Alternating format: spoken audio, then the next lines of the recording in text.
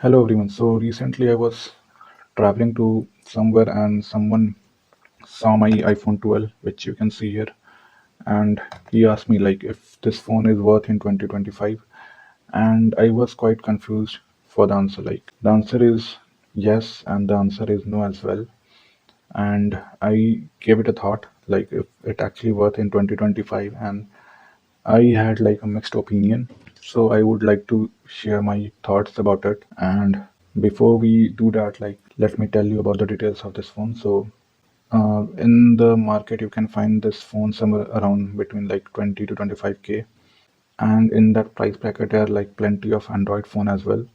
And if you're like totally convinced to buy to shift to any iOS device, then this can be your option. And before we move to my opinion, let me tell you like I bought this phone somewhere around like in 2021, like somewhere in April or March.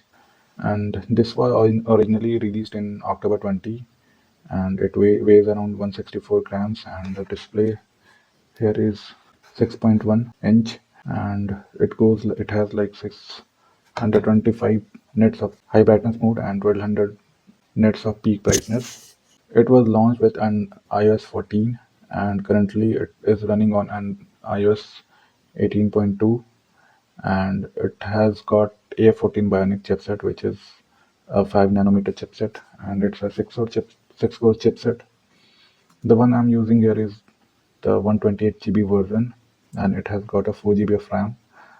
And talking about the camera, it has like two 12 and 12 megapixel of main shooter and the wide angle, and on the front you have like 12 megapixel the selfie shooter.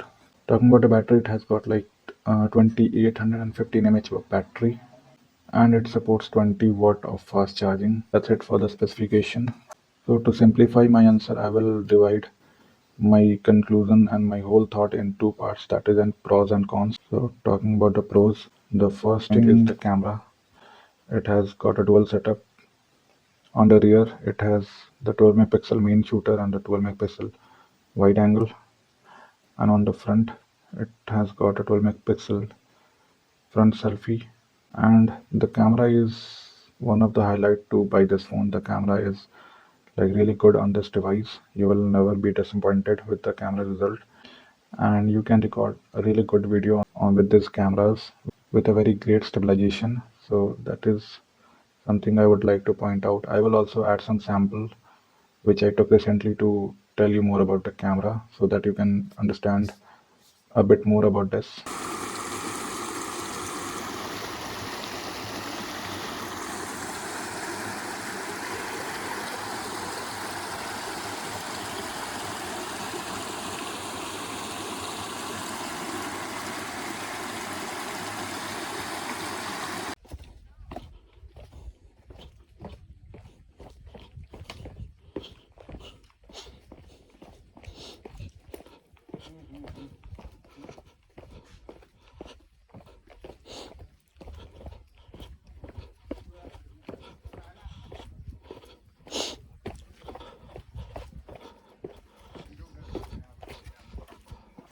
The second thing is the software. The software is great on this phone, and this is currently running on the 18.1, and now it has got the app lock, which you can see here. You can like lock the applications with your Face ID, so that's a really good feature. Also, there is a lot of customization.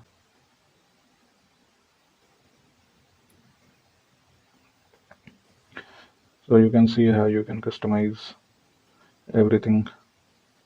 Definitely, it is not near to the Android, but yeah, it is. So this is the light icon, this is the dark icon, this is the automatic, and this is the printed icons. So yes, you have got lots of option. Even for the lock screen, got you have got plenty of options for the lock screen as well. So definitely, it's not near to the Android, but yeah, the iOS is quite mature now, and you have lots of option to play with. So this is my current setup. You can see The third thing which I would like to point out is the lightweight and the compactness of this smartphone. Like it's very light, 164 grams only, and it's also very compact. Like this is the size of my hand, and this is the size of the phone. So it's a very compact design, and it's just 6.1 inches of display. So in front of my Android phone, it feels like a kind of small phone. So for me, that's something good. Like I use this as my secondary phone. So having a small phone as a secondary device is a good thing. Like if you are into small devices or the compact devices, then definitely this can be a good option. Fourth thing I would like to add is the speaker and the haptic on this phone and this alert slider. So it has a stereo speaker. So this one and the bottom, they both act as a speaker, and the speaker is quite bassy. It has got lots of bass, a good amount of loudness, and the voice is like really clear. I really love the speaker on this device.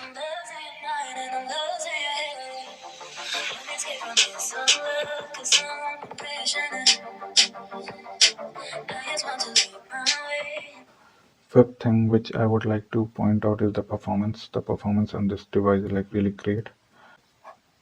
You can see the Antutu score here. It scored like 10,56,212 on the Antutu benchmark, and on the Geekbench it scored 2,000 on the single core and 4,500 on the multi-core. On the single core, you can see the score comparison. Like the iPhone 15 Pro scored somewhere around like 2,900, 2,900, and this scored 2,000. And on the multi-core, it scored 7,200, and for on the multi-core, it scored 4,500. And performance is of this device is top notch. I can really guarantee about that. You can definitely play the games at 60 FPS, at constant 60 FPS, but definitely this device is not for the gaming. I will talk about it a bit later. And in spite of having like so many apps on this device, I have like so many. I mean, I can't. I even lost the count, but it never felt laggy or slow or like it always performed like really great. So the performance is like still like really great. Talk about the cons. The first thing is the battery and the charging. The battery backup of this phone is like really bad. The charging is like really slow, and the battery backup is also like really bad. You can hardly get like this phone is almost like 3 years old now, more than 3 years. I would say like close to 4 years now, and I think I'm getting somewhere around like 3 to 3.5 of max battery backup. That is the SOT I believe I'm getting. So yeah, the battery backup is like really poor on this device. Even the charging speed is like really slow. You get a 20 watt of fast charging, but it's honestly feels very slow. I think it took somewhere around like 1 hour to get full charge. Second thing I would say is the Face ID and the Lightning port. The Face ID is definitely good, and it detects my face most like all the time. But yeah, definitely compared to the fingerprint sensor which is on my Android, this thing like really feels kind of odd. I prefer the fingerprint sensor over this Face ID because fingerprint is definitely much more easier to use, much more convenient to use. And even the lightning port you can see here, it's kind of outdated. And even the newer generation iPhone have moved to the Type C, so definitely this feels like really old. And you also have to like carry an extra USB cable for this, so that is also like super annoying. Third thing is the storage. The base variant of this device is 64 GB, but trust me, even the 128 GB which I'm using is not enough. Like you can see here, the one I'm using is 128 GB, and this is also like almost full because the photos clicked from this phone takes a big amount of space. Definitely, like the newer generation Android phone come with 256 GB base variant, but having 64 or 128 like really feels annoying. And the fourth thing I would like to add is the display. The display is good in general, but this is like 60 Hz. a 6.1-inch small display with only like 625 of high brightness mode. So in sunlight, yes, it is difficult to read. I won't say it's like super bright, but yeah, in sunlight, it's kind of hard to look at this screen in sunlight. It's in the even the highest brightness is not enough. And while gaming, this 6.1-inch screen like feels really small. Trust me, it feels so small. Like the gaming on this device that never feels good. So yeah, definitely the display it is AMOLED. It is 1080p, but it's small and it's only 60 hertz. So yeah, that makes it like kind of old. The fifth thing I would like to add that it's a 4-year old device now, and if you're buying it in 2025, you're already buying a 4-year old device. So the technology, the software, not the software, but yeah, the technology and everything which you are getting is old compared to now. Like you're getting this old lightning port. That is one thing. And the sixth point is like this device is definitely not for gaming.